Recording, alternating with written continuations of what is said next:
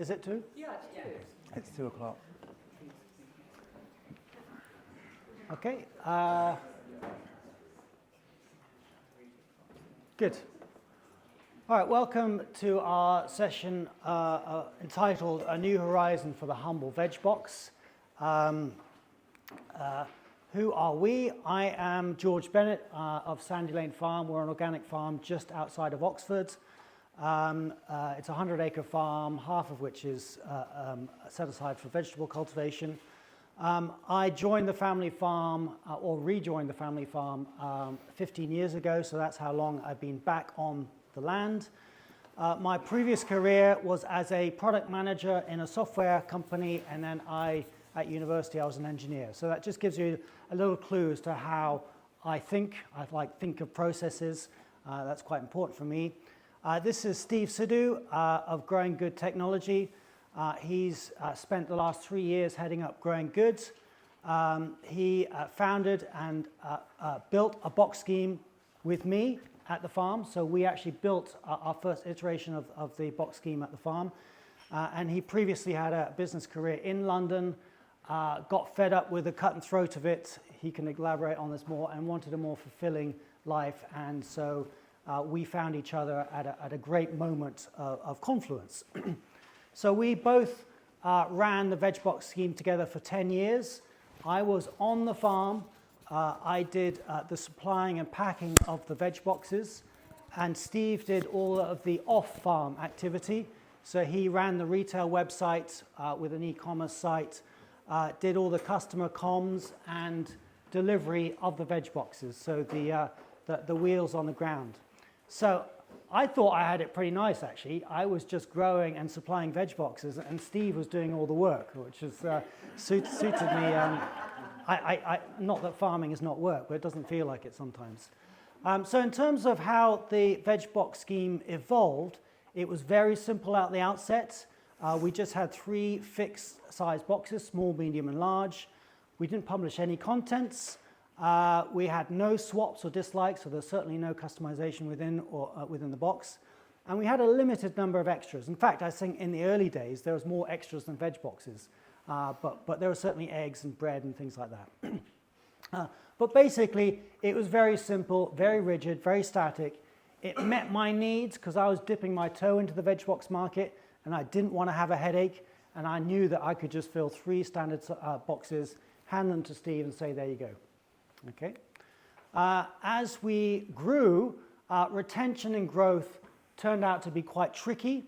The veg box model relies on regular business. If you have regular business, you're onto a winner. If you lose that regular business or you have attrition, then you really start to lose customers and lose on your turnover. We found that the customers wanted value, quality, and convenience, and it was really hard to gain customers, and there are many reasons for a customer to stop getting a veg box. Whether it's because of what's in it, actually it probably is mostly because of what's in it, and that tends to manifest itself in either dietary problems, or actually typically it's the partner of the person buying saying, why have we got all these cabbages in the fridge? And then the pressure comes onto the buyer and they go, actually I want an easy life, I'm going to go to Ocado or whatever. So those are some of the difficult things around veg boxes.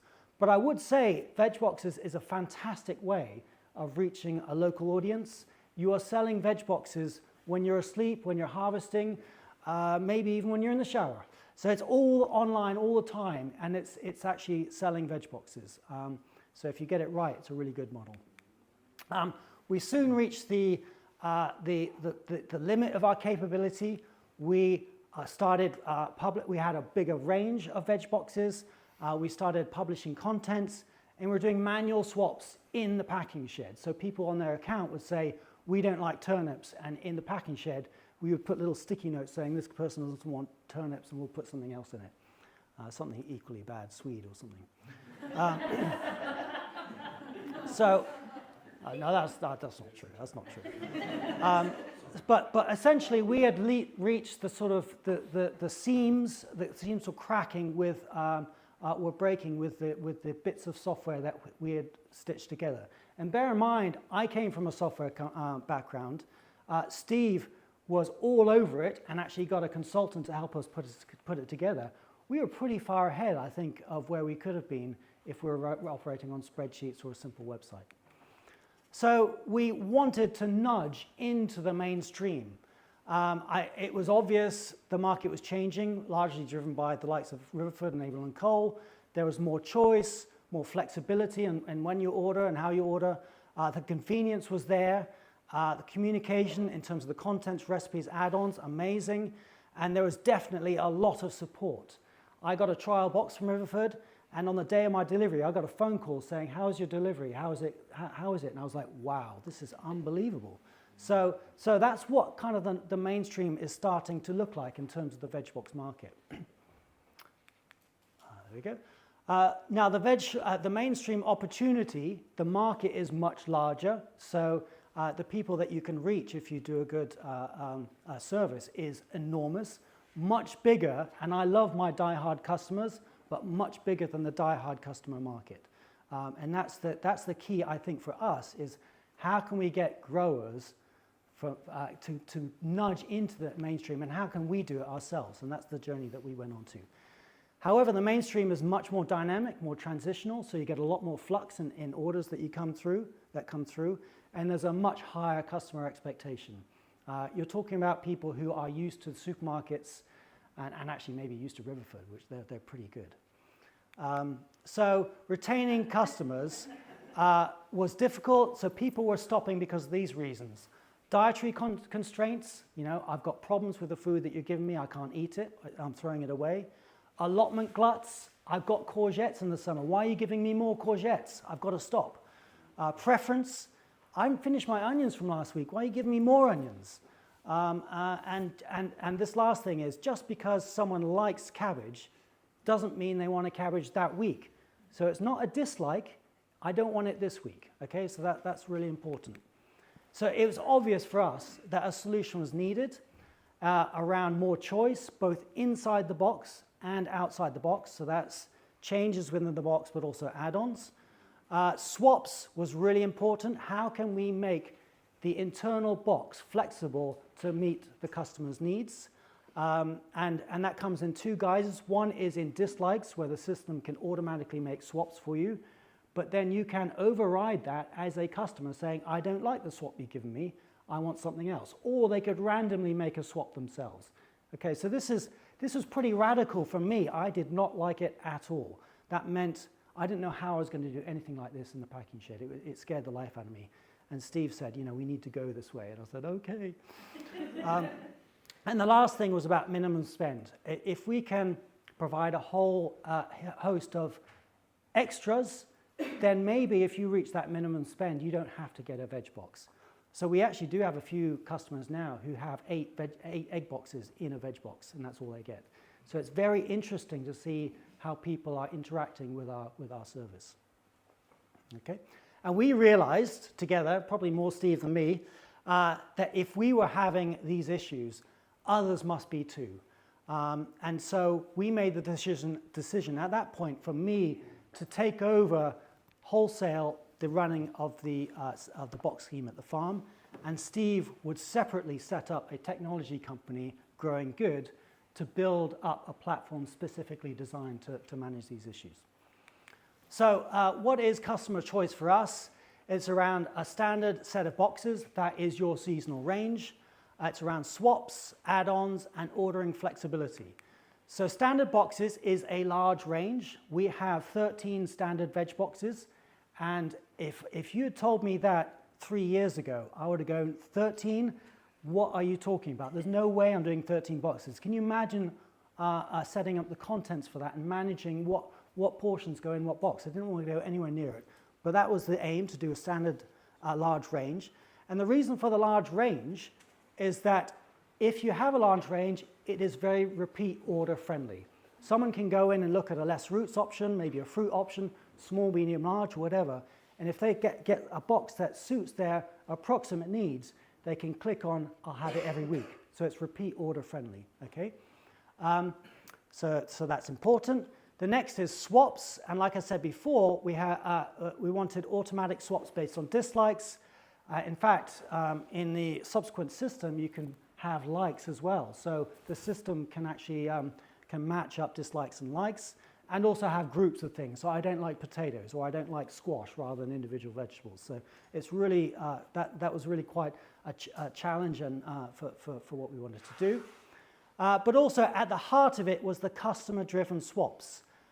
So even if the system has made your automatic swaps, or even if it hasn't, so you've got no swaps, the customer could still make swaps, okay? And a swap means a customer being more happy when that box goes down the line than they were before. So that's a really important thing to think about, is that we are making them more happy, and if you're more happy, you're more likely to get them to stick with you and stay with you, especially through those times when it's difficult for them to justify having a box. Okay, add-ons are really important to offer more to help up drive customer spend, and that's not necessarily capitalist of me. That's saying that we've made all the effort to go to someone's door. Is there something else that we can give them that they want? So we offer coffee, bread, eggs, and we have a farm shop, and we've also offered all sorts of things from our farm shop as items on the site, so that we're making all that effort to go to the doorstep. Why not give a little bit extra that they want? And we've actually found our basket spend has rocketed with this. The other thing that add-ons help me do is to plan over potential leftover stock, so that I can put things and make sure that I'm left with a small amount of stock as possible. And then finally, if you meet the minimum order value, then you don't need a box. That's fine. We'll deliver it for you free of charge. Finally, ordering flexibility. So we had a real feeling that customers didn't want to feel trapped in a veg box scheme. They want to be able to dip their toe into it, try it, and really lower that barrier to entry to give it a try, have a go. And along with that is the holidays and pauses, so that it can fit around their life. Don't make it difficult for me to stop a veg box. If you're going to send me a veg box when I don't want one, I'm just going to stop the scheme entirely. So it's really about making sure you're working around the customer.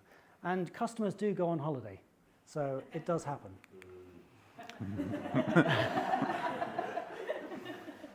So then we thought about putting together a retail offer, and I really have to thank Steve on this for mentoring me through this process, because I was a farmer who didn't want to offer any customer choice. That's certainly where I came from. And it was the realization that if you are running a box scheme, you are a retailer. You're a retailer. And that's, I don't know how I felt scared by that. I'm a retailer, that means so much, but you are actually a retailer. That means that you've got to look at value, quality, and convenience. You've got to look at communication of your own values, of offers, recipe ideas, and you've got to treat your website like you might treat your market stall. Does it look good? Is it bountiful?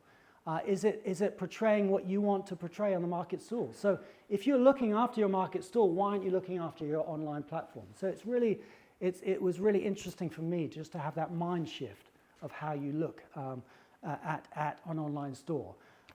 I probably naively thought, well, I'll just put it up online and it'll sell. But it turns out that you've got to put a little bit of work into it. So in terms of switching our model from standard boxes, and bear in mind that we're doing 400 boxes all laid out and going around with a trolley and filling out potatoes and carrots and onions across all these standard boxes, and then just cherry picking a few saying, oh, this person didn't want a Swede, so we'll take that out. It was just a nightmare. This made the quick wins for changing a system with the Growing Good now. We're on the system, it's great, is that it's paperless. We're operating on tablets here, and packing was immediately so much easier.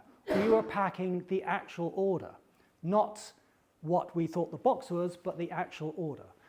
So it was far easier. When we were doing it in the past in the van, we'd have to put spaces in the van for bread, for eggs, for something else, and the veg boxes. And then the driver would have to sort of put them all together.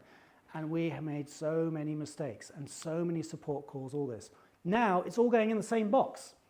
And in fact, now we've got to a stage where when we're packing it, we don't even know what veg box they've ordered. It's just a set of ingredients and we put it in, which, believe it or not, it makes it so much easier. Just to back that up, all the add-ons that we have are included in the box as an entire order. So when you get to the van, you're just pulling out the next box. You're not putting together anything, which means the driver goes, I'm at this door, grab the box, put it down, off you go. It makes it so much easier to deliver. Deliveries, much easier. That we never used to put labels on boxes. Now we do put labels on them, and actually we pre-label all of our boxes before we start the veg box run. And there is also a delivery app included within the software. And because it is a delivery app designed to work with the software, it works really well. So the data is up to date. It's just designed to work for the veg boxes. Before we were using bespoke route planning and optimization delivery software called MaxOptra. And it was more feature rich, but this is easier to use because it's actually specifically designed for veg boxes. Other quick wins for us were order changes. If anything changed after the order deadline when we had paperwork, it was a nightmare. If there's 3 copies in the packing shed, do we print those out again? Do we go through and cross out items on every single one? And guess what? You make so many mistakes. With a system like this, you make changes and it's instantly replicated across the whole system. So that's the packing screens, the delivery app, the order on the site that the customer sees. It's just all automatically propagated through. And that's the beauty of a single platform. And finally, the money collection. I looked at the stats of my first year of trading on the system, and I had 4 orders in the whole year where I failed to get money for them. And that's with over 18,000 orders. So compared to where I was before, that was utterly mind-blowing. And there are a couple of reasons why that is so low, and maybe if I have time I can talk about that as well. Some of the slower gains took us a bit longer to get there was mistake detection. You can see it on the line. We each have a tablet and we each pack a zone of vegetables. So it starts off with the roots, veg, leaves, fruit, and then delicate things like salads. And so the first person puts in the roots, passes it on. Next person puts in the veg, pass it on, and we're all looking at our individual screens. When we started off, we're unpacking the whole box at the end of the line and saying, is this right? So we're unpacking it all. We can't possibly check 14 items because I'm going to make errors even checking it, and it was impossible. So we moved to a situation where the next person checked the previous person's work.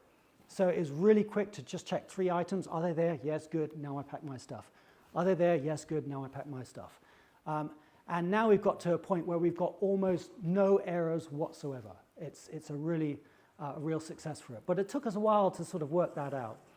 The other thing that took a while was to organize the packing line and distributing the workload.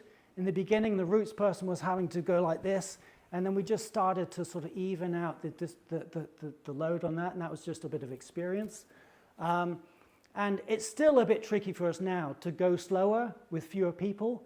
It's still a little bit tricky for us to sort of balance that.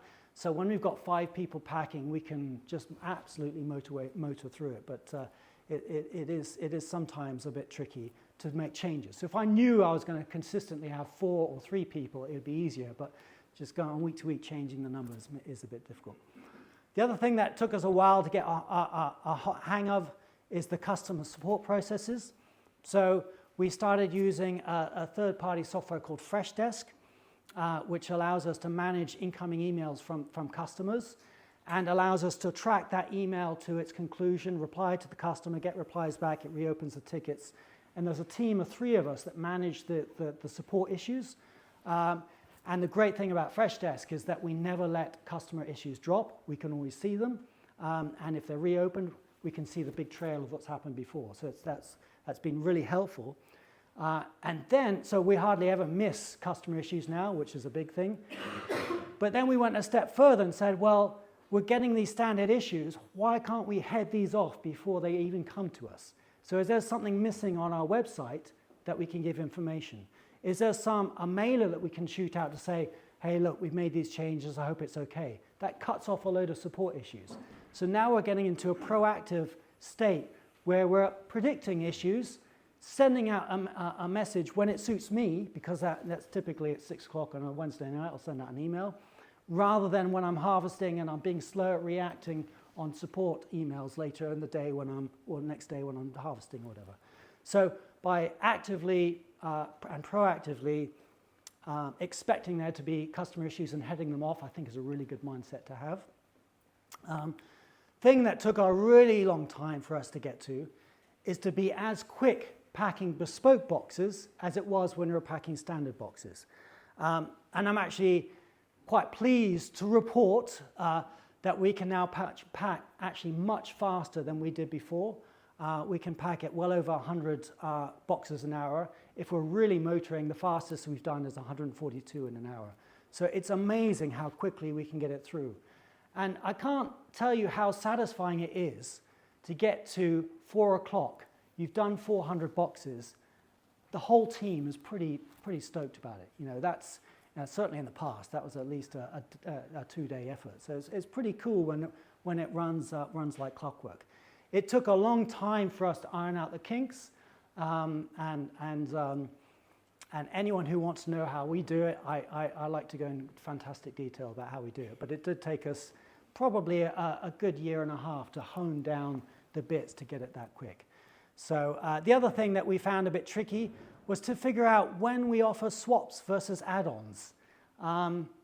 Sometimes if you put on a popular item as a swap, you tend to not sell all the things that you want to in a box because they thought, well, I'll have that popular item and get rid of turnips or something.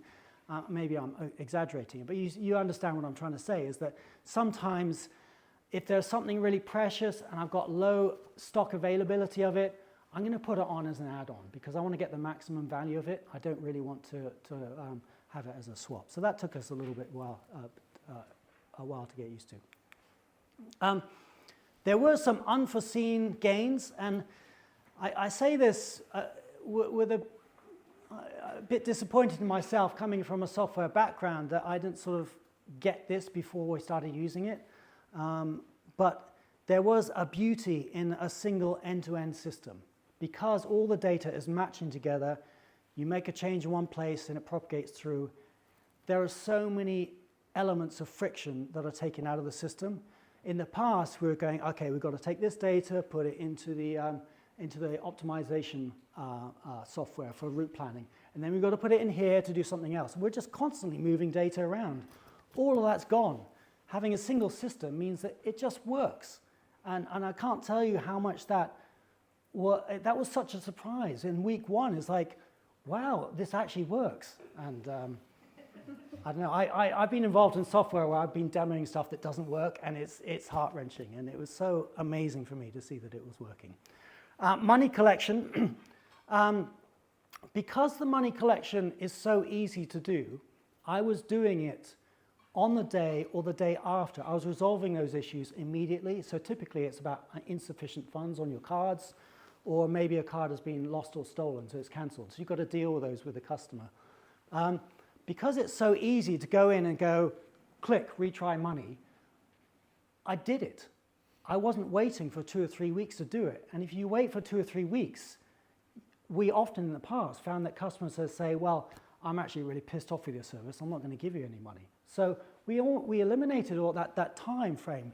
And so it was a mixture of it being easy in the system that made me better. And that felt pretty good. It was a self as a positive thing. The other thing we found is that the static website, so in the system you can build up your own website. All the content you see on our website is actually built in the platform. And because when you get an order reminder or an order confirmation, it goes to the homepage and then you go to the shopping site, everyone sees your homepage. And it's amazing how useful our homepage is now because it's visited by all of our customers every week. If we've got an event on the farm, everyone knows about it. If we've got a special offer, everyone knows about it. If there's some information you want to convey, everyone knows about it. And because we know about it, we keep it up to date. And because we keep it up to date, people use it. So again, it's like it's being better at communicating with the customers. And the last thing here is data access. On every screen in the system, I can export it and play with the data, whether it's doing a MailChimp, whatever you call it, segment, or whether it's doing a pivot chart because I want to know this, that, or the other, or whether I want to find out all the customers who had anything to do with a lemon. Just pull it out of the system and I can play with it. So I'm not really expecting the system to give me the exact report I want. I can do it. So the power is in me. And I was like, well, I can't believe that's there. Like, we never had that. So I had power in my hands. And I'm not trying to be evangelical to sell. This really has worked for me and has been transformational for me, and it's amazing. So, a holistic solution. When we reduced our admin time, empowered the team to use the data within the system, increased sales and had more successful payments, had quicker deliveries, we then had headspace to improve the offer, to refine the packing line, to plan our crops around swaps and what the customer behaviors were, and to be more proactive, and for the team to actively participate in the veg box scheme. So I can't underestimate that ability to have the headspace. Steve saw me and go, it's like you've changed. You know, you're actually now thinking, instead of having your nose in the ground, trying to just solve the week-to-week admin drudge, you're not actually actively changing your offer. So that was pretty cool. So where have we got to? By offering more choice, we have higher and more consistent customer numbers. We have a much higher basket spend, so we're currently at about £26 per order across our 400 orders. That's pretty high, given that that is the same value as our most expensive box. That's pretty cool. And by the way, the swaps, if you swap a turnip for asparagus, it doesn't just put asparagus in, it charges you the difference. So that's pretty cool for me, and also it's fair for the customer. So that's pretty cool.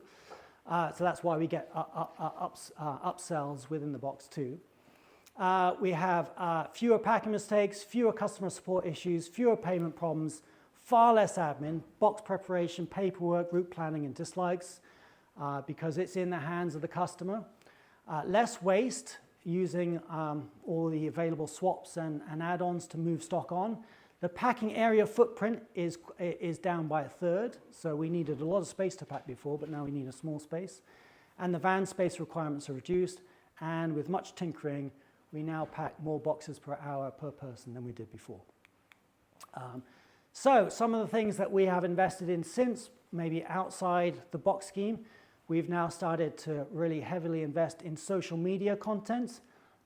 So I actually pay £200 a week on social media, and that sounds like a lot, but if you work it out, it's about 1% of our turnover, and I think that's a pretty good return on investment to keep our customers happy and retained.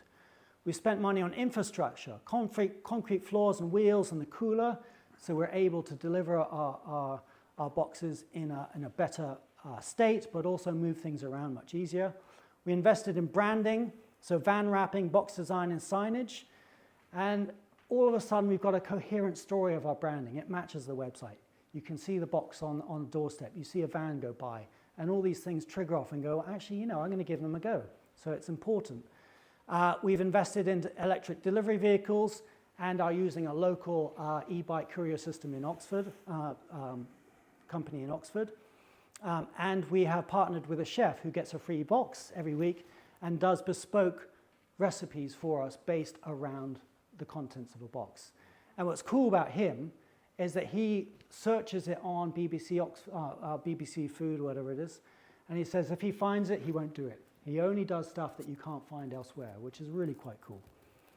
So that's me. I'm going to hand over to Steve to say, well, actually, this is a good point to say, I think I've done a pretty good job on the boxes.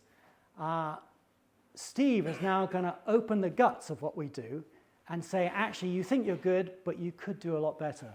And for me, this is really exciting. It's like, I think we're doing a good job, but actually, here's the data to say you could do an even better job.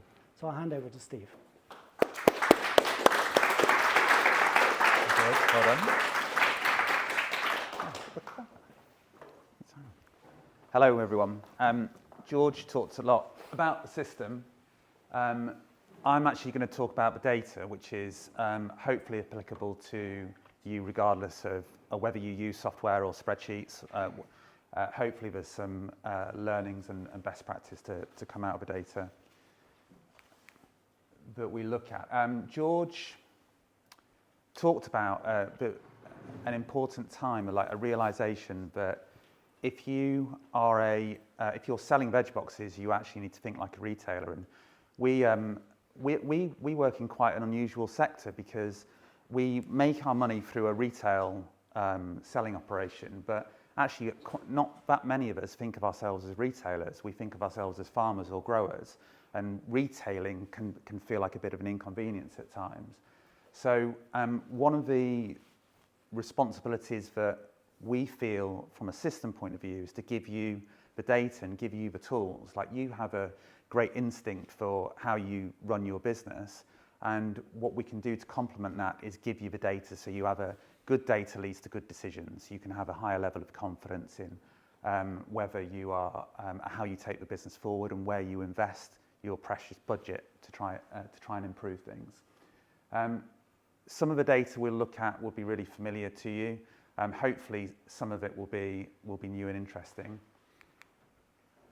One of the this will probably be no doubt familiar to you. These are sales trends across these are Sandy Lane sales across 23 and 24, the calendar years, and the shape, the seasonal shape of that sales trend is completely consistent across all of the users on our system.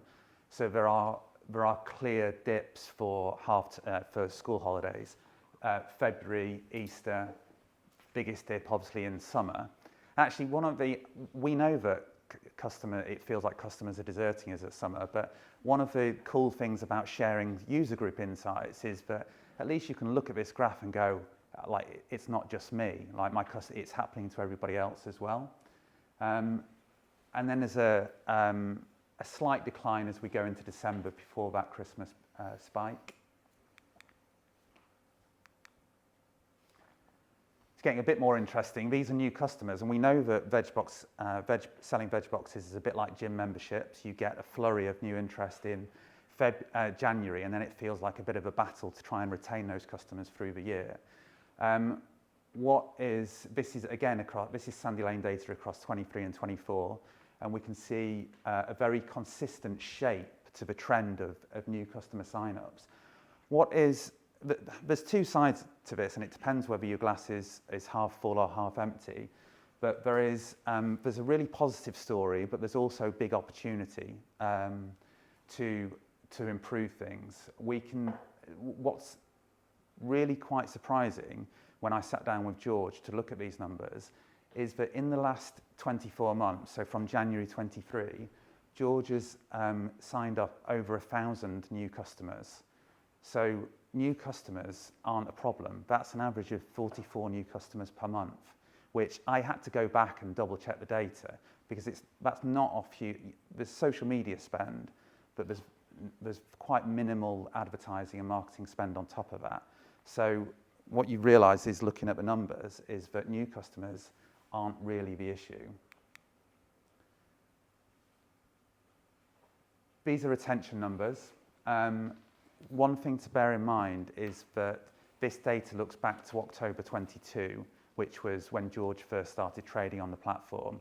So one of the metrics I've looked at is the average number of days active on the system, and that is that's the number of days between a customer's first order and their most recent order.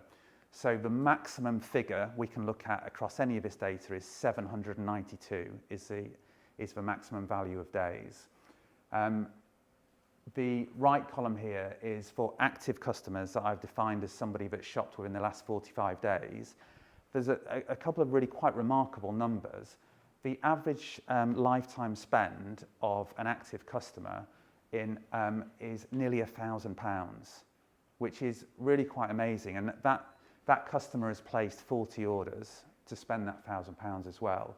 And while George's basket spend is slightly higher now, the lifetime average basket spend is £24.41. So there are and the average number of days active is 523. So those are really remarkable numbers. And when you compare that to any other form of retail, even subscription-based retail, these numbers are huge. So this is a fantastic story. We know George talked about some of the challenges that we face running a veg box business, and selling veg boxes is difficult. There are lots of reasons why customers stop receiving veg boxes. But we can see when we capture a customer, they are unbelievably loyal, and that's something that we have over most other forms of retail. Evidence further of that is that of the 1,631 different customers that have placed an order since October 22, 42.6% of them have placed an order within the last 45 days. So again, while there are opportunities for retention, that's a very positive story as well.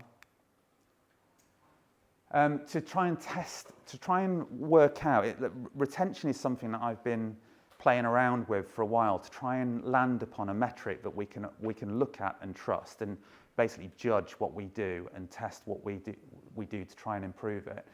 So we looked at going back to new customer sign-ups in January 23 and January 24 being the busiest time for customer sign-up in the calendar, and we looked at how many of those customers are still active today.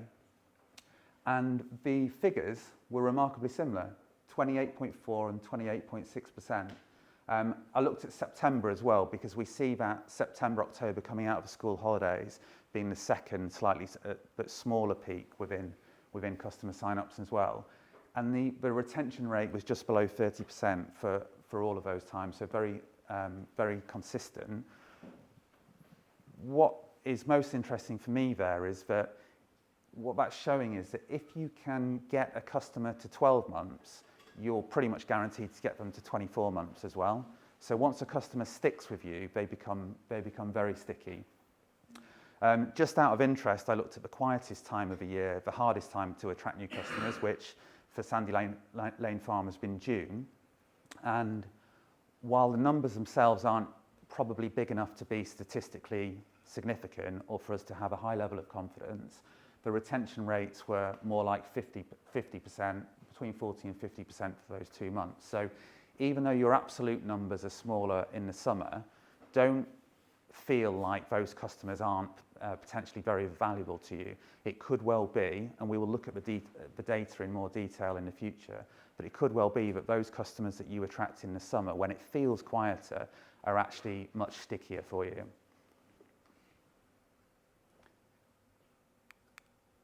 So from those numbers, what I'm concluding is that George's retention rate is just below 30%. So we're saying that for every 10 new customers that we sign up, we're keeping 3 of them. That's the number that we'll measure any sort of future initiatives to try and drive that against. I've talked about this already briefly. In December, so the last complete selling month, George had 595 different customers. Their average lifetime orders were 43. They had been, their average days active was 534. What's most interesting is that the median days active was 707. So what that means is over half of George's customers had been shopping actively for over 700 days. So over 2 years, which is amazing. And when you think that the maximum that they could have been shopping is 792, over half of those customers were seriously long-term, which is a great thing. What's not such a great thing is when we look at the data around lapsed customers. And again, like if your glass is half full, what you can see this as an opportunity. But the vast majority of customers that stop shopping do so very early on. So this donut breakout is looking at the first 12 weeks, first 84 days of a customer on the platform. And what we see, amazingly, is that 54%, so over half of customers that lapse do so after one shop. And then as we go through into weeks 2, 3 and 4, basically half the customers lapse after one shop, then half of those that remain stop after 2, half stop after 3 and then after 4. So 85% of customers don't get to shop number 4. So it's very, very clear that of those 1,000 new customers, the majority of which are no longer shopping with you, most of them do so in their first couple of shops.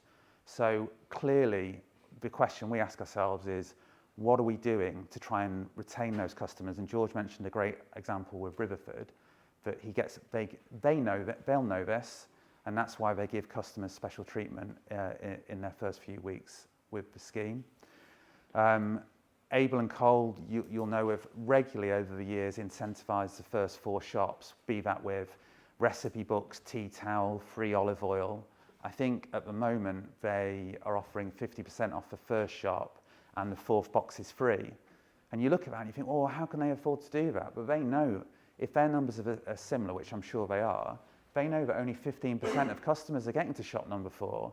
So if they give them a free box, then there's got to be a tipping point somewhere that if you can keep a customer for long enough, they'll turn into that multi-year loyalty.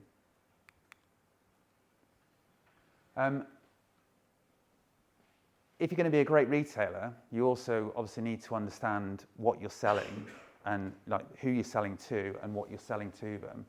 So with George and our user group, 77% of each basket is made up of items that are sold inside a box. So that's mainly veg, but it could include, that includes fruit as well.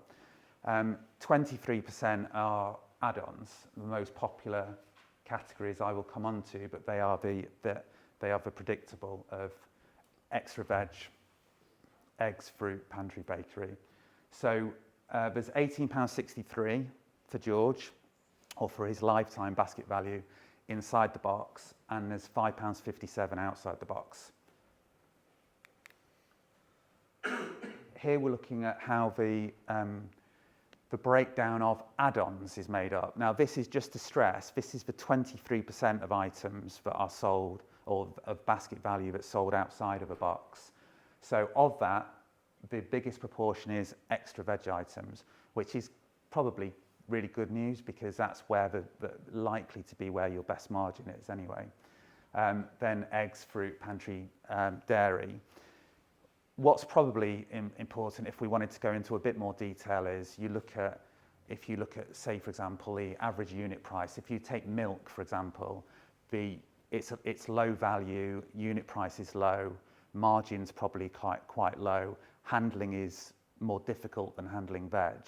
So it's unlikely to be profitable, but it's fine if there are other reasons why we're selling milk.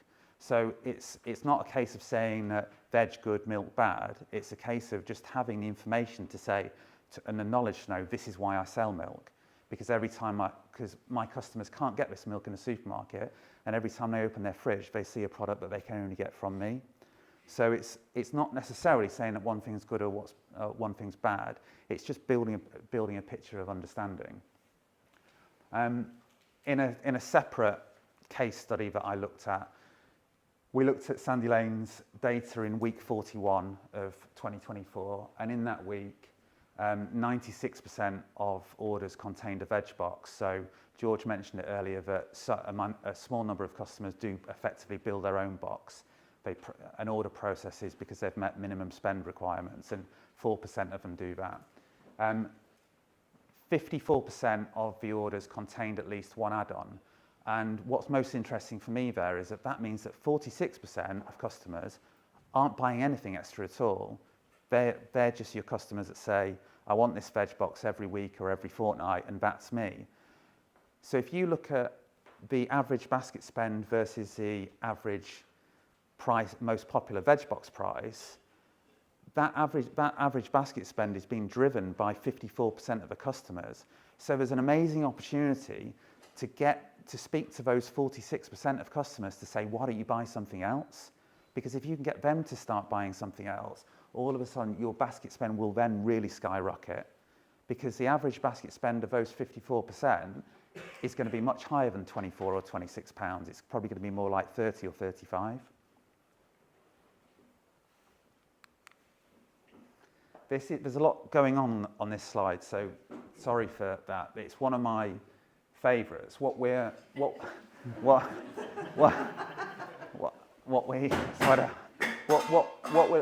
looking at on the inner ring of the donut is a breakdown. This is looking at George's live basket data, and this was from a few days ago. So this was probably 24 hours before the order deadline. George's order deadline is 11 p.m. on a Tuesday night. And this is looking probably 24 to 36 hours before that at the makeup of what's in the basket.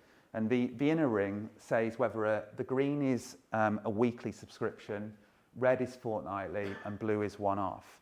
And here we're starting to look at the idea of a shopping window, which it's a conversation that we've had with many people over the last year or so around, do we have customers? Do we have members? Are they managing a subscription, or are they shopping? Well, if you want them to spend more money with you, you need to get them on the website buying things, and so let's call that shopping. And actually what we see from George's data is that the time as the order deadline becomes closer, shopping activity really spikes. So when the order deadline reminder email goes out at 4 or 5 p.m. on a Tuesday, the customer's got 5 or 6 hours left to be able to edit their basket. And that's where we see the majority of the one-off subscriptions coming in, and that's where the basket's value is increased. The most surprising thing for me here is the second ring says whether it's what product type it is. 1 is a boxed item, 2 is an add-on item, and the outer ring is the actual product itself that you can't read there. But the surprising thing is the proportion of one-off veg boxes. So this area here is the number of veg boxes that are in the basket on a one-off basis. But we know that George might have been panicked by that if he'd have realised this is what was going to happen, because he'd be thinking, well, surely I can't forecast what's going to happen, and my sales are going to be unpredictable. But that hasn't been the case. What we are seeing, and what we know from the numbers, is if the average active customer has placed 40 orders each in their life over the last 2 years, so if they're shopping the majority of weeks, lots of people don't want to be tied into a weekly or a fortnightly subscription, even though they actually want to get a box every week. It's a psychological thing rather than a logical thing. So if you might see Riverford's the ads on socials at the moment for trying to attract new customers. They make very clear that you're not tied into a contract, and you can try it as a one-off, because they just want to get people over the line to give it a go. And you'll find that some customers that will consider themselves as being very regular and very loyal never put an item in their basket to say, I want this every week, because they just don't want that feeling of being tied in. This is a breakdown here. The table shows you the breakdown of the actual veg box products and what percentage of the basket value that makes, which again is more detail that we can go into another time. This is looking at week 41 in 2024 again. This is looking at 1 week of customer swap behaviour. So this is a stacked chart. So the purpley blue is what customers have swapped in, and the red is what they've swapped out of their basket. So George mentioned it earlier. One of the coolest things about swaps is that no longer are we trying to guess what the customer wants, and we're trying to forecast what the customer would like by not putting something in a box too many weeks in a row, or putting something in a box because we just have a feeling that we normally get most complaints about too many red cabbages or Jerusalem artichokes, whatever it may be. The data then tells us we're telling the system what we have and how much it's allowed to sell, and then we let the customer go and do what they like. And we know that every single customer that's made a swap in their box is happier with their product than they were before. In week 41, about 54% of boxes sold had at least one swap. And actually of those, the average number of swaps per box was 1.7. George allows 2 swaps. Is it 2 swaps on every box? I have a value box that has no swaps at all, so that it's entirely governed by me. But all of the higher, from a small box onwards, then you're allowed 2 swaps each. So what that's telling us is nearly everybody that's making 1 swap is actually making 2, or the vast majority of people are. There was a total of 350 swaps made in that week. 10% of those were managed by the algorithm. So a customer says, don't send me potatoes. The system makes, George, that just happens automatically.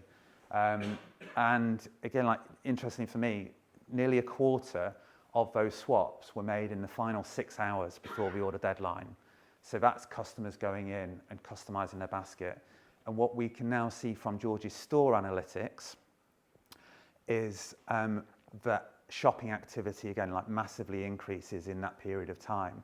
So there's that George is talking about keeping his homepage, his static content dynamic. I'm not sure if that's the right term, but the idea is you're continuing to feed that cycle of customers visiting your site to get information and to be able to shop, because we're thinking as retailers, if the customer isn't on your site, they can't spend money with you. That's where that's where you're going to get the value from them. And actually, while George says it sounds a bit capitalist to talk in those terms, I can pretty much guarantee that if a customer's spending money with you, it's because they're happy to do so. So the more money they're spending, the happier they are. Here, by the way, we see some quite interesting things, like green kale is getting a bit of a rough ride in this one, but that, look, this is where you need to be careful with stats, because you need context for them, because actually what my suspicion would be is that kale had been, in week 41 in the year, kale had been in the boxes week after week after week after week. So Sorry. So of those 73 customers that swap green kale out, I'm sure most of them like kale, but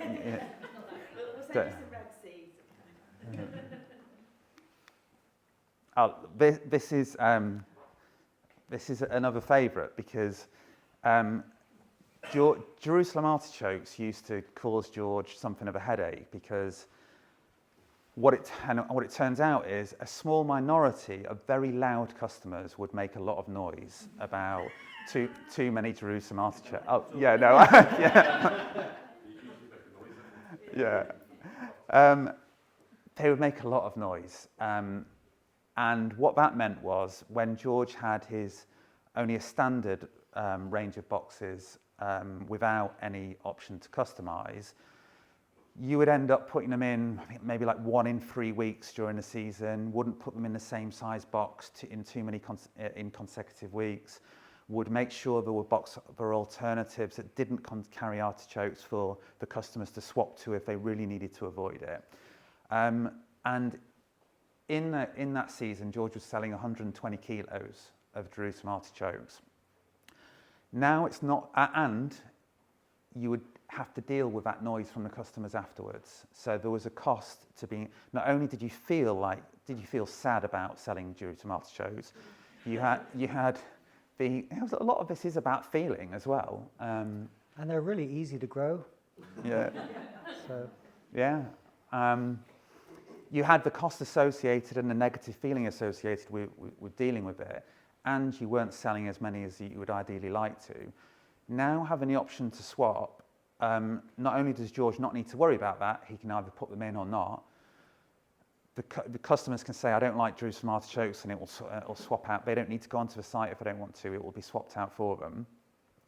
What's really amazing is the amount of customers that swap Jerusalem artichokes in. But they don't make any noise. They don't shout and scream saying, why didn't you put Jerusalem artichokes in the box this week? you just never know. You don't know that they like it. And the what am I doing? The coolest thing is that now we're selling 450 kilos of them. So we're selling 3 to 4 times the amount. So consistently through the selling season, which is obviously great for George. There's no customer complaints about it. And the customer feels like they have maximum choice. Whereas we are giving them the feeling of maximal choice while actually controlling what's available to them. That is amazing. That's extraordinary. I'm not going to talk too much about this today, but we've recently introduced store analytics to our selling sites, and veg box buying, the way the basket behaves is different with, it's like a hybrid between subscription management and regular like one-off shopping. So, if you just plugged in Google Analytics and said, right, the data you'll get out of it isn't a fit for you, and sometimes it's hard to interpret what that data actually means and do something with it. So we've, in keeping with the rest of the system, we have configured events which are specific to shopping for veg boxes. So then we can track those events through a funnel and end up with a good, reliable and trustworthy conversion rate number.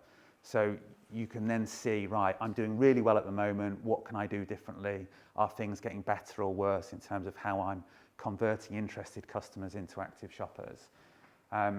So we will, as a business, as an ethos, we will test our ideas and we will trust the data that comes back. So we won't just say, oh, I don't put Jerusalem artichokes in my boxes every week because customers don't like it.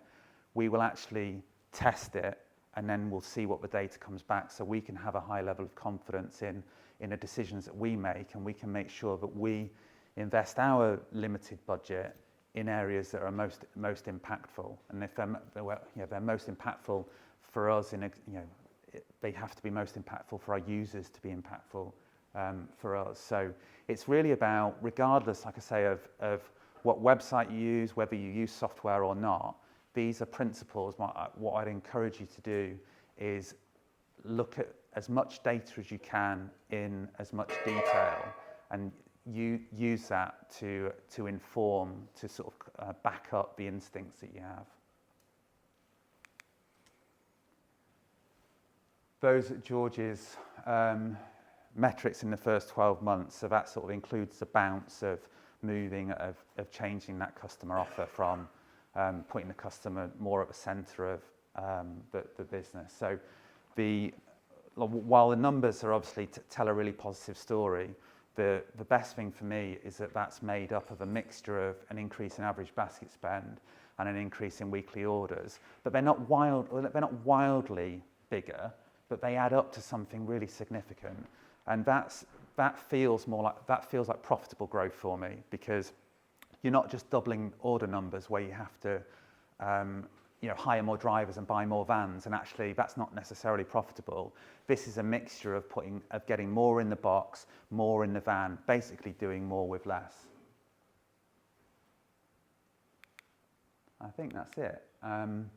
We will have time for questions, don't we? But thank you very much. Be nice and questions.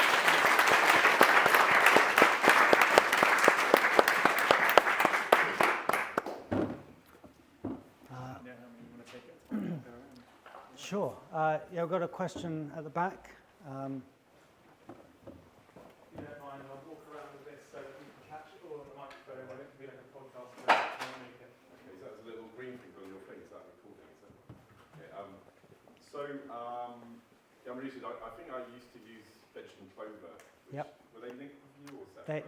They were based from our farm, yes. Yeah, so I was with them and I dropped by, sort of stopped, and then COVID came along, phoned them up and they said, can I rejoin your veg box scheme? They said, we've got a waiting list of 400 people. So I've got a couple of things and a bit of sort of plug. So I wondering how you cope with the whole COVID. Man, here's second row. I went to a talk yesterday, Norwich-based veg box. Yes. He said you were saying about the waves of customers and COVID and how to deal with big influx of people, then suddenly sort of drop off and all that. This obviously really helps data, but I'm wondering how you deal with. I guess you have to have a bit of an extra margin of veg and mixing around. That's incredibly complicated. But so I'm wondering how you dealt with COVID. The other plug is me and friends starting for a mushroom growing business in Hinksey Heights. We'd be really interested if you wanted, when we're up and running properly, if you're interested in buying or adding lion's mane, oysters and various things to your veg box. I like it. I can't say no now, can I? No. I do have some little flyers if you're interested. Yeah, no, that is of interest. Yeah, I would say that the COVID era was before we were on the system, and the COVID gave us a great opportunity to increase our orders, but we went totally back to basics. We took out all dislikes. People were so grateful to get anything that we felt almost godlike. It's like, yeah, well, you have our veg. It's amazing. And at that point, we weren't really allowing anything. After the pandemic, we definitely saw a big reduction in orders. It was pretty scary, and it's one of the most troubling times of my life, my business life so far, is that we had to reduce our staff, and that was a killer. But that decline kept on going. So it was probably a year and a half before we moved to a system that allowed more customer choice. But it was soul destroying. It was just going down and down. And it wasn't dramatic. It was just a few here or there. And it was very, very difficult to deal with. And one of the positive things that we felt is that as soon as we offered more choice, that trend was reversed, which is, I think, maybe that's where the market was. They're fed up with, or maybe just the feeling of how people shop online has changed, and maybe that is indicative of that. But in terms of massive step changes of demand from week to week, we probably had the biggest step change this week. It's been our largest shopping week for about a year and a half. But it wasn't so dramatic that we couldn't deal with it. So we're sort of beyond. I mean, if we had another pandemic, I'm sure that we would have big problems. And at that point, I don't currently limit the number of boxes in terms of stock levels. But if we did have those problems, I would actually put limits on the number of boxes I would sell to stop it going absolutely crazy.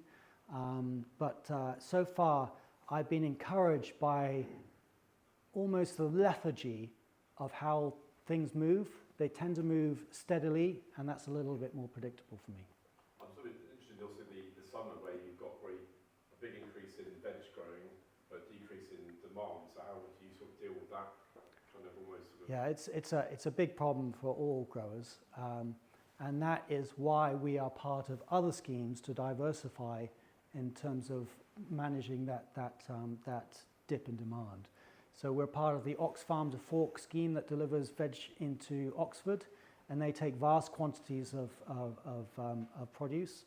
I know the wholesalers are interested in taking vegetables too, so that's where we start to think outside of where our veg box customers are. But I would say that we know this now, we know the trend, and we actively schedule our planting so that we're avoiding gluts in those times. I want beans early, courgettes early. I don't want a courgette glut in summer, but as soon as I get to the end of July or August, September, I want my glut back because that's gold dust. So knowing that trend, you can actively program your planting across the year to take account of it. So I hope that. Yeah. I'll be signing up with you. You probably live on a boat, so it's kind of difficult getting delivery. But... Yeah. Sorry, we had you with the glasses at the back. Hi, I was wondering if you could go into a bit more detail about how you manage it from like harvesting through to the packing. So do do you harvest and then fill in the online form and say, okay, this is what we've got that you can choose from, and then does it tell you information like, okay, so this many people ordered potatoes, so you're going to need like 400 bags of 100 grams, and like, do you do like pre-bagging and kind of, Yeah. I'm just interested in the whole like methodology. Yeah, sure. One of the biggest problems of using wholesalers is that we actually have to put in our order, and we always order fruit every week, so we can't avoid doing wholesale orders, is that we are ordering on the Tuesday for the following week when we haven't even got past this week's order deadline. So we're kind of making a stab in the dark as to, you know, where are we heading to? So we have to predict in essentially a week and a bit's time what the demand will look like. So when we do our box planning in the system, there's a number at the bottom that says actual boxes in the baskets, and then there's a number that says estimated number of boxes in the baskets.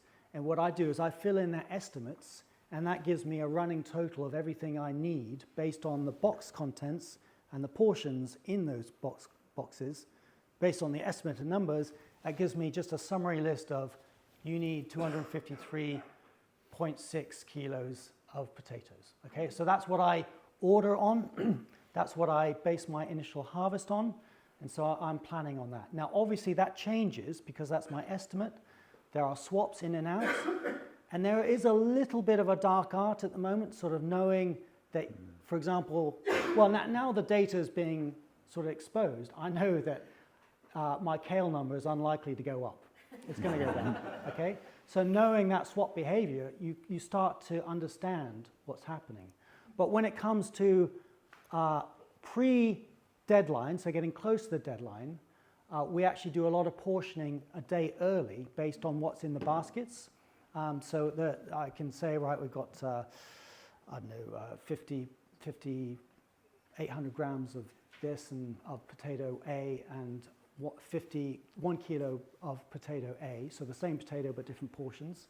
So I tend to pre-bag about 80% of those numbers on the day before if I can.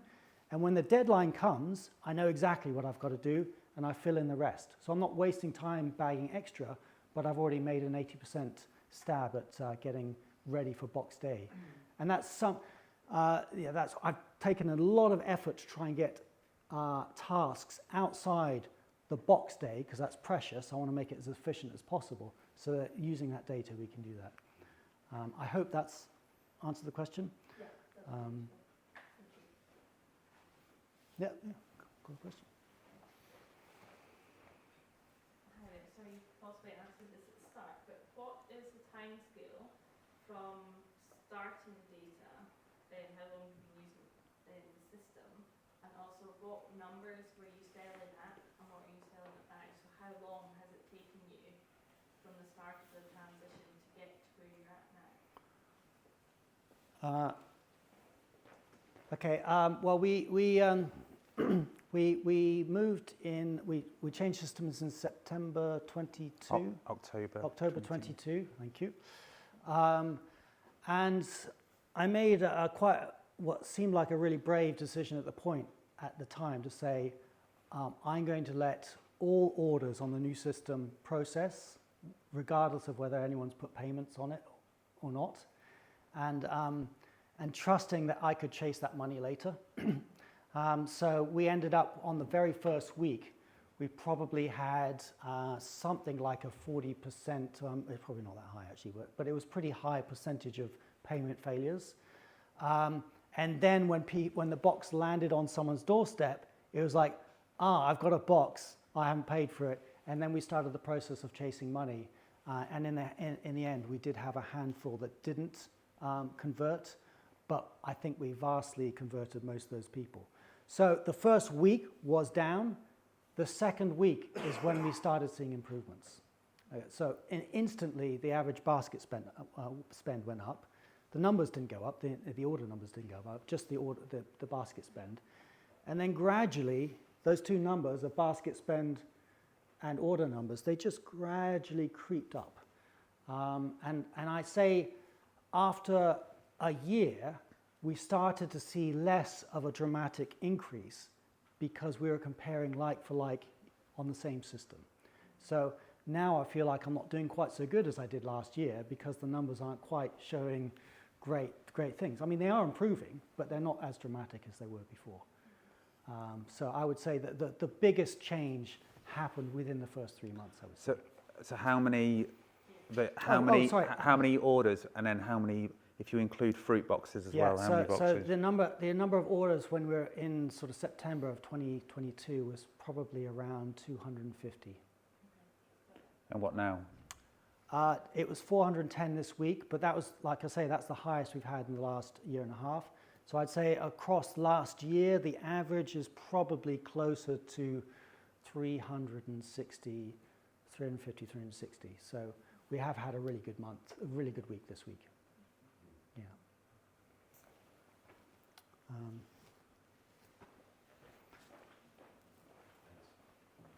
So you spend all, am I right in saying you spend all of your marketing budget on that 1% of the turnover on Facebook? Instagram, Facebook.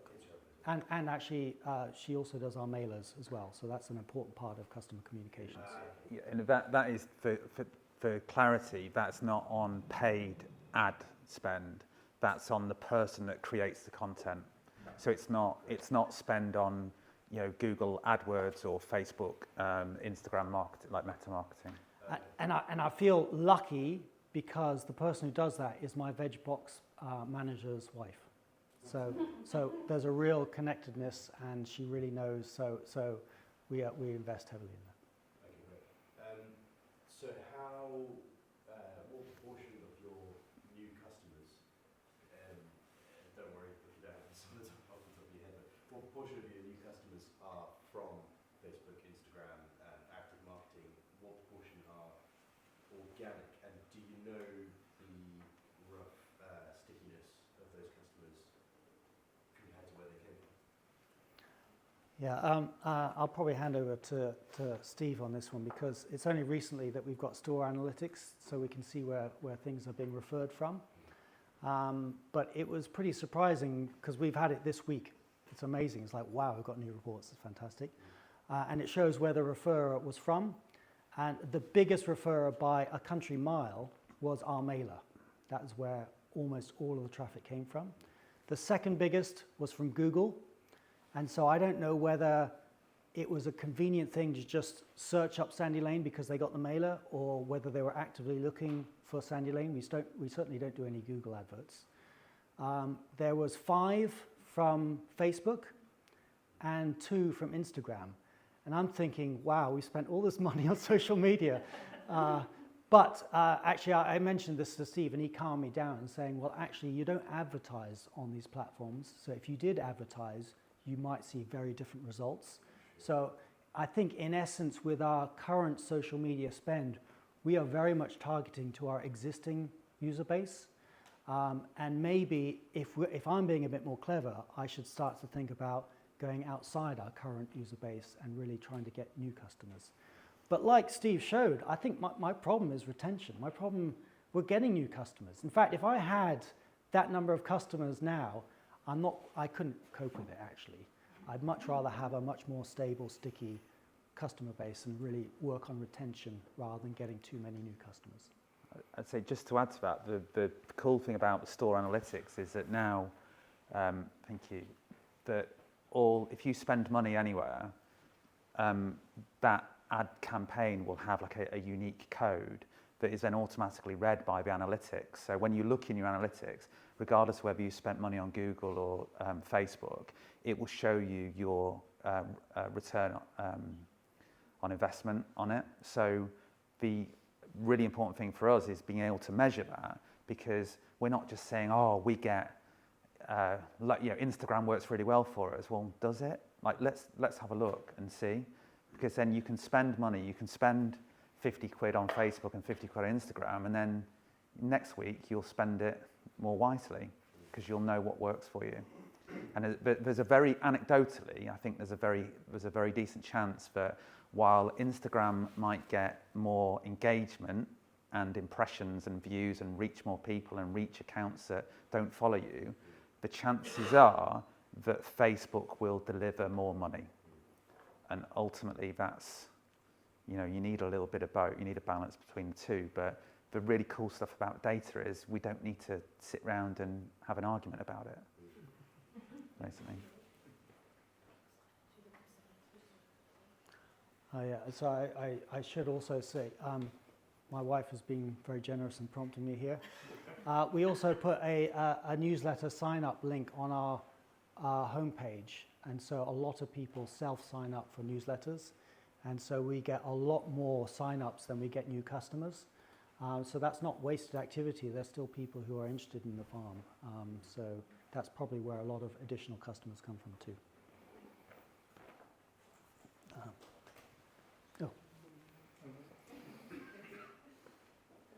Yeah, hi. I'm Lauren from Sutton Community Farm. I think you've probably spoken Hi. to my colleague Alice. But yeah, I wanted to know a little bit more about the add-ons, because that was such a strong driver of your average order value. Did you see that increase from, like, was the starting point not having add-ons and then was having add-ons, or was it rather the way in which the add-ons were presented to the customer, for example, placing them in a certain point in the customer journey? And yeah, have you played around with placing it in like different points of the customer journey, and how has that had an impact? That's such a good question.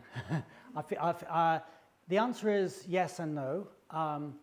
The nice thing about how you can organize the store online is that you can actually mix on the same page, or you've got complete flexibility, but you can mix on the same page boxes and add-ons if you want. So if you want to push certain add-ons with certain boxes, you can do that. So it's on the same screen, over you go. So there's a lot of flexibility there. We've actually got quite a few different store categories of add-ons, and there's like seasonal highlights, there's routes, there's things like this. So there are kind of categories that people go around on. So we've found that the flexibility allows, and we can within a category, we can drag up Jerusalem artichokes to the top. So we want to promote that to the top seller. So we can just drag it up and save it, and it's at the top of the page. So that means that you can influence a lot, and I do that a lot for new things that are coming on board. If it's a new item, I add it to the page, put it at the top, and it sells well. I would say that initially we had the same add-ons before as we have now, or at least initially. So it was the same range. We weren't thinking about changing the range much. But we have added to it over time, and there's been some really surprising results in terms of the add-ons.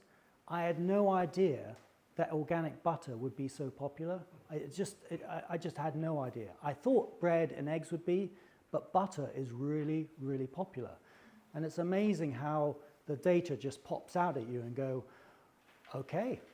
And what was cool is I shared my graph with the user group, and they came back to me and said, oh, I've just put butter on my site. So we were like helping each other satisfy the customer needs. And it was really cool. My new best mate is Richard Plowright. I love talking to him. It's a really interesting question, but what's exciting for us is now we have store analytics. We will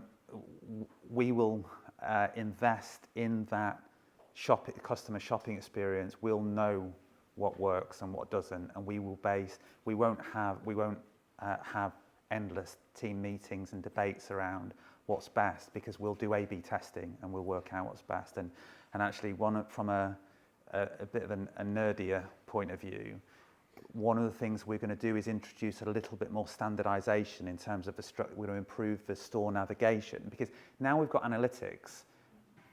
We're very excited to then try new things to see what works, because unless we could measure it, there was no real point. And so by bringing a little bit more standardization around the navigation structure, we'll be able to look at quite a large data set to work out, because George just might be doing a great job. George might have a particular type of customer, or George might do a great job of pushing a particular item. But when we scale that across, 30, 40, 50 users, we can then start to look at how a customer navigates between specific categories, and we look at what makes up a typical basket, what the most popular basket is, and if there's something missing from bakery, we can recognise that and suggest an item from the bakery. Now, I'm not saying it sounds a little bit, like Amazon, Elon Musk type take over the world, but we can help the customer by presenting them with what we're most likely to be looking for. So we're not trying to control the shopping experience. We're just trying to make life, put things in the place that they would, put things that they probably want in the right place. But we'll use the data to tell us that. If that makes sense. Yeah. Can I ask one Yeah. follow-up question? Sure. So we currently use Google Analytics. Can you tell me how Growing Goods Store Analytics compares? Is it pretty much the same? Are there any differences? Well, this is interesting, because we had the conversation. We could have integrated with any store analytics, but there were probably 6 or 7 viable options for us. We went with a platform called Posthog, not Google Analytics. Even though, and actually in a way that makes our lives harder, because everyone knows about Google Analytics, and if we just integrated with Google Analytics, people go, oh yeah, they've got analytics, and no one would say, oh, we don't want that. The reason why we've done it is because it gives us more, a couple of things. One, you own the data. The data doesn't disappear off to California and then go off to somewhere else. So, we keep control of that. That data stays within our community and nowhere else. So that was quite important for us. But secondly, it allows us to configure, to build a dashboard for you inside your admin, so you don't have to go and log into something else. It's just a menu item, and you can, so again, like the all-in-one system holistic solution, you see it there with a bespoke dashboard with bespoke metrics that mean something to you. So we can take the time, like we can use our engineers' brains to work out how to get the data out and put it in a format that means that you can do something with it really easily. Because actually Google Analytics is the amount of value that people gain from it isn't that high, because most people don't have the time. Most people are also a grower or a retailer or a cleaner or an accountant at the same time. They're not an e-commerce marketing trading manager. So yeah, it's Posthog, but the reason we've done it is because I think it will deliver a lot more value than Google Analytics would do. Is that okay? Thank you. Oh, we had a question. I was just very short. Do you deliver leaflets? Do you leaflet rather than mail out? We did one mail drop in Bicester. We covered the whole of Bicester. I think it was it 35,000? No, what was it? 5,000. Okay. Oh. That was a different thing where we were looking at the whole of Oxford, maybe. But yeah, we did 5,000 leaflet drops in Bicester. And we have 5 regular customers, which was amazing for me. I'm not quite sure that's all wasted spend, because I think following that up with social media adverts could get more results. But I was quite surprised at how little return we got from leaflet drops. Almost identical. Yeah, we had the same as well. Really? Yeah.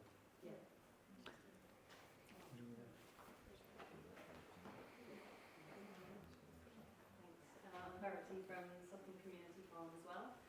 And I've got a couple of questions if we've got time. One should be fairly quick. I was just really interested to see your setup and how you kind of progressed with your assembly line, but sort of the use of technology there with all the screens and going paperless. And I think you mentioned electric vehicles as well, and I just wondered how you funded that. Yeah. So that maybe is the easy question. And then the other thing I was interested in hearing about was whether you've experienced much more food waste going to this system, and you might be dealing with that. I'm just kind of comparing it to our own systems, and I guess some of the things that we employ in our processes are, for example, in the veg bags, if we've got items with differing weights, we might be able to shift those slightly so that we're avoiding waste overall, and we're giving the, or avoiding maybe, coming to a sort of rounder value for that bag, and being able to, swap things in and out. With the dislikes, we offer customers dislikes, but we're in control of those, so we can therefore use anything that we have got surplus of, and that helps us to reduce waste. So I'm just interested what your experience is. God, it's fantastic. This is such a geek out. It's amazing. In terms of funding the electric vehicles, we put it on a hire purchase, so it became just a month-to-month business cost as opposed to an upfront capital cost. And it was pretty hard to swallow, I think, at the beginning. What was it? It's about £500 a month or something. We're about three or 4 months away from paying off for the vehicle. So it's just been a monthly cost that we budgeted into the plan. So that's how that happened. The other question was on tablets. The tablets are essentially just running a website. So any tablet that runs a website will run all the packing screens. So I actually got quite reasonably expensive tablets that you could put SIM cards in, so they double up as our driver delivery app mechanism too. So our tablets are both packing screens and driver apps too. So I went for slightly more expensive ones that could have what's the SIM card. Yeah, SIM card. What's the cheap one that I use? I forgot. gift-gaff.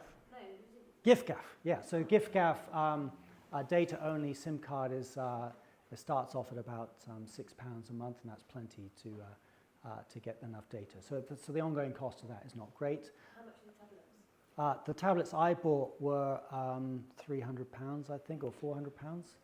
No, the ones that we have bought most recently have been 150 each, okay. But they are good ones. They're beyond, like, any tablet would work. But also worth just saying for clarity, because this wasn't sort of technically meant to be a demo of a system, but I appreciate it's felt a little bit like that at times. We haven't actually looked at any of the product at all, but everything can be done on spreadsheets as well. Like, everything can be exported and printed out. So if you love paper, if you love your paper floating around in a packing shed, everything can be paper. It's just you do also have the option to do everything on a screen. So most people find a balance somewhere along that scale. Sorry, what was £300 was our thermal printer for doing labels. And the reason why I went more expensive is because the labels were dirt cheap per label. So they were less than 0.1 of a p per label. So I went for a more expensive printer to make the labels cheaper. So we do go through, 600 labels. In fact, no, probably more like 800 labels a week with all the different packaging that we're doing as well. So.